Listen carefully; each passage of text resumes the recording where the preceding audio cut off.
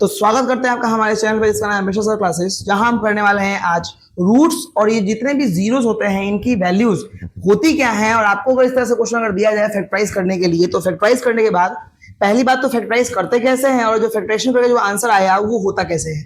तो इस तरह से मान लीजिए कि आपको दो नंबर फाइंड करना है, इसको मल्टीप्लाई करें तो 32 आए और दोनों को ऐड करने पे कितना है 12 आए।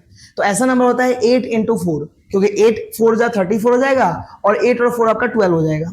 इस तरह से और नंबर आपके दिमाग में अगर आ रहे हैं, जैसे मान लीजिए 16 2 आ रहा है, तो 16 2 जा 32 तो होता है, लेकिन 16 2 आपका 12 नहीं होता है। तो हम क्या करेंगे, उस वाले 8 और 4 से करेंगे इसको फैक्टराइज। तो इस तरह से एक्स स्क्वायर प्लस में 8x प्लस में 4x और प्लस में 32 इज इक्वल टू में 0 करेंगे। इस 12 को हमने 8 और 4 दो बार में क्या कर दिया, तोड़ दिया। अब अगर मैं इसमें से x कॉमन कर लूं तो आएगा x प्लस में 8 और यहाँ पे 4 कॉमन कर लूं तो कितना आएगा x प्लस में 8 इज इक्वल टू 0। अब आप देख रहे हैं कि x प्लस में 8 दो बार है, दोनों में से कॉमन कर लिए तो आपका ये नंबर आ गया इज इक्वल टू, हमने क्या कर दिया 0 कर दिया। अब x प्लस में 8 इज इक्वल टू 0 और x की वैल्यू क्या आ गई -8 आ गई। वैसे ही आपका x प्लस में 4 इक्वल टू में 0 और x की वैल्यू -4 आ गई। मतलब कि यहाँ पे हमारे दो रूट्स पॉसिबल हैं, दो जीरोस पॉसिबल है, एक है -8 और एक है -4। अब ये जीरोस क्या है, रूट्स क्या है, आपको हम पहले ये क्लियर करने की कोशिश कर रहे हैं। आपके सामने जो आपका पोलिनोमियल दिया हुआ था x स्क्वायर प्लस में 12x प्लस में 32 इज इक्वल टू में 0, और जो आपने जो फैक्टराइज करके जो जीरोस निकाला, इसका मतलब ये हुआ कि जैसे मैं x की वैल्यू को इस वैल्यूज के अंदर पुट करना शुरू करूंगा तो मेरा आंसर ऑटोमेटिकली क्या आ जाएगा, 0 आ जाएगा। आइए दिखाते हैं कैसे।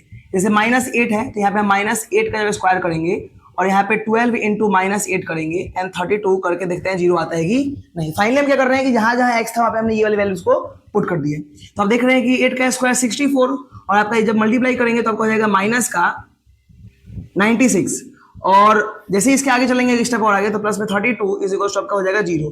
अब 64 और 32 जोड़ेंगे तो आपका 96 ही हो जाएगा और ये प्लस माइनस 96 ही आया एंड फाइनली ये क्या हो गया, 0 इक्वल टू में 0 आ गया। तो आप देख रहे हैं कि जैसे हमने -8 पुट किया तो फंक्शन में क्या आ गया, हमारा 0 आ गया। उसी तरह से अगर हम -4 भी अगर पुट किए होते, अगर एक्स स्क्वायर प्लस में 12x और प्लस में 32 इज इक्वल टू में 0 था, जब x की जगह पे हम लोग -4 पुट कर रहे थे तो 4 इंटू सॉरी यहाँ पे हमारा कितना 12 इंटू -4 और प्लस में 32 इज इक्वल टू में 0, इसका स्क्वायर हो जाएगा आपका 16 और माइनस में 48 और प्लस में 32 इज इक्वल टू में 0। अब देख रहे हैं दोनों को ऐड करके आपका कितना आ जाएगा, ये 48 -48 इज इक्वल टू में 0 और फाइनली हमारा 0 इक्वल टू में 0 आ गया।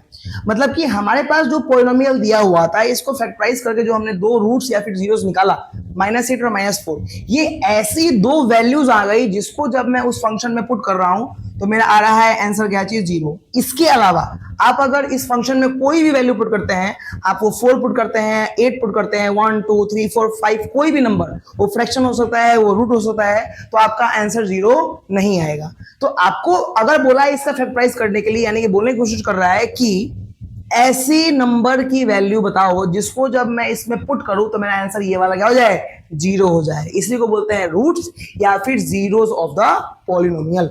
अब आपको अगर समझ में आ गया है तो आपको हमें क्वेश्चन दे रहे हैं कि इस तरह से एक क्वेश्चन होता है, अगर एक्स स्क्वायर प्लस में 13x और प्लस में आपका अगर ऐसे होता कि 40 इज इक्वल टू में 0 है और आपको बोला है कि इसका जीरोस निकालिए, तो आप बताइए मेरे को इस वीडियो कमेंट सेक्शन में कि इसका जीरोस या फिर जो रूट्स होंगे वो क्या होंगे।